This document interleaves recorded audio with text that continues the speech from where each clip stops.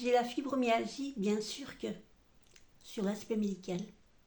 J'ai la fibromyalgie, bien sûr que lorsque j'ai commencé à ressentir ces douleurs, cette fatigue, j'ai pensé d'abord à un tas d'autres choses comme un début de grippe, un gros rhume, une maladie qui couvait, le fait de m'être mal placée dans le lit, d'avoir fait un faux mouvement, et puis que ça allait passer.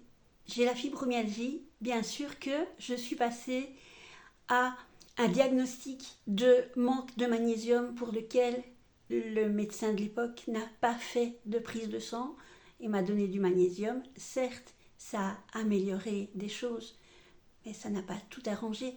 J'ai la fibromyalgie, donc j'ai été soignée pour d'autres choses, dont une tendinite des muscles extérieurs des cuisses, et pour laquelle j'ai subi 6 semaines, dans mon souvenir, d'ondes de choc. Et après ces séances, je me retrouvais avec les cuisses couvertes de bleu. On avait l'impression que j'avais été passée à tabac. Mais je l'ai fait en espérant que ça allait débuter sur quelque chose. J'ai la fibromyalgie, bien sûr que suite à ce mois et demi de traitement sans aucun résultat, j'ai un peu tapé du poing sur la table en disant à ce médecin, à ce spécialiste, que lorsque j'avais été le voir, je lui avais bien précisé tous les endroits où j'avais mal et je les ai détaillés un par un. J'ai la fibromyalgie, bien sûr que je suis passée par la fameuse étape de la balnéothérapie. Ouais, c'est cool quand on est dans l'eau, mais quand on sort de l'eau, dans les heures qui suivent, on attrape une fatigue intense. En tout cas, c'était moi ce que moi je ressentais. Et le lendemain, j'étais incapable de faire ce que je devais faire, étant maman de 3 enfants. J'ai la fibromyalgie, bien sûr que j'ai été heureuse, entre guillemets, d'avoir un diagnostic de fibromyalgie.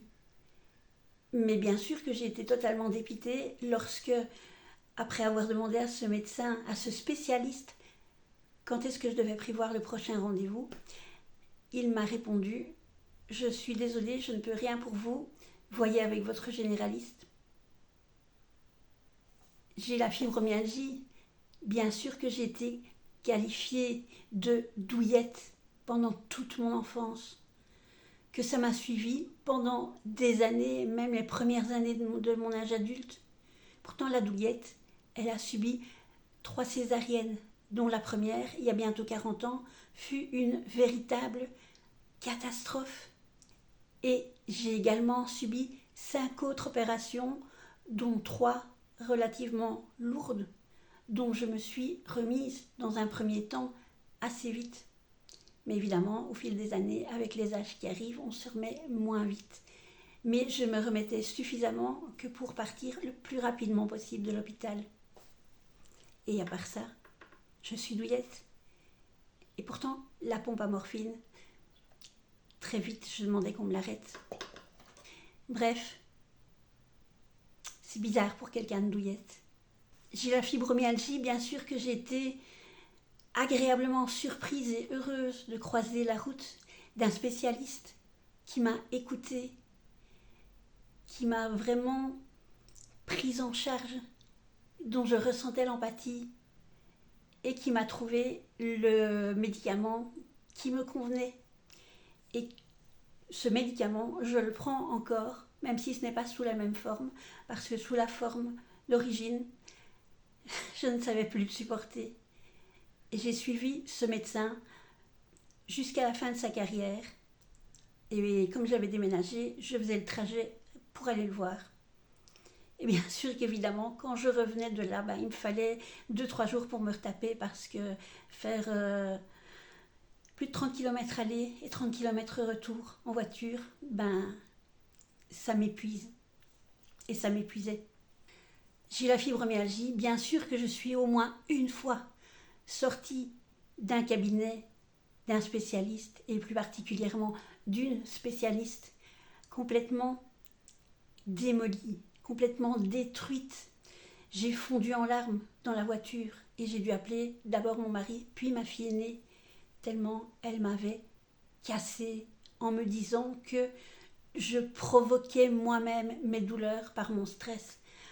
Comme si j'appuyais volontairement sur le bouton stress pour me causer ces douleurs.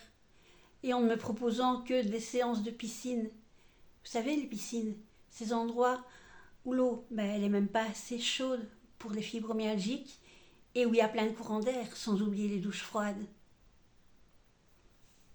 Mais pour elle, la fibromyalgie n'existait pas. J'ai la fibromyalgie, bien sûr que j'ai plus confiance en tous les spécialistes, ou en tout cas rares sont ceux en qui j'ai confiance, mais j'ai confiance uniquement en ma généraliste qui me connaît, qui m'écoute. J'ai la fibromyalgie, bien sûr que les 2 fois où j'ai dû changer de généraliste, la première question a été « Qu'est-ce que vous pensez de la fibromyalgie ?» Ça a été mon critère. J'ai la fibromyalgie, bien sûr que je crains de changer de médicament, même si mes médicaments sont relativement lourds, même s'ils peuvent causer des problèmes au foie, parce que je sais qu'ils fonctionnent et que jusqu'à présent, chaque fois que j'ai essayé de changer un médicament, ça ne fonctionnait pas. Ça m'a fait prendre quelquefois du poids que je n'ai pas réussi à perdre. Bien sûr que j'y vais à reculons quand un spécialiste me propose de changer ma médication. J'ai la fibromyalgie, bien sûr que ces médicaments auxquels je m'accroche sont quelquefois insuffisants lors des séances de crise et que dans ce cas-là, la seule chose qu'il y a à faire, c'est de me mettre dans mon lit, dans mon divan et d'essayer d'attendre que ça passe.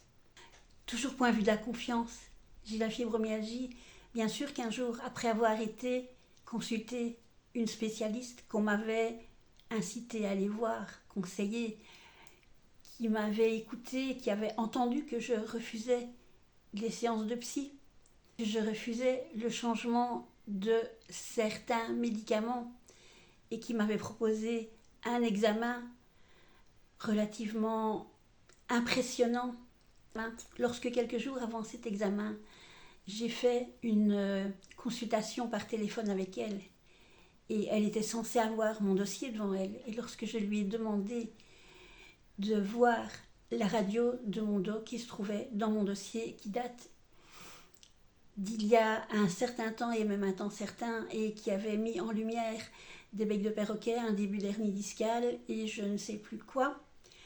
Elle m'a dit que non, que c'était pas important et elle a parlé de l'examen et elle m'a parlé d'un tout autre examen que celui qu'elle m'avait proposé. Alors là, bien sûr que la confiance, elle est tombée en miettes et bien sûr que j'ai annulé cet examen dans les jours qui ont suivi parce que la confiance n'était plus là. Voilà, ça, c'est la première partie uniquement pour l'aspect médical.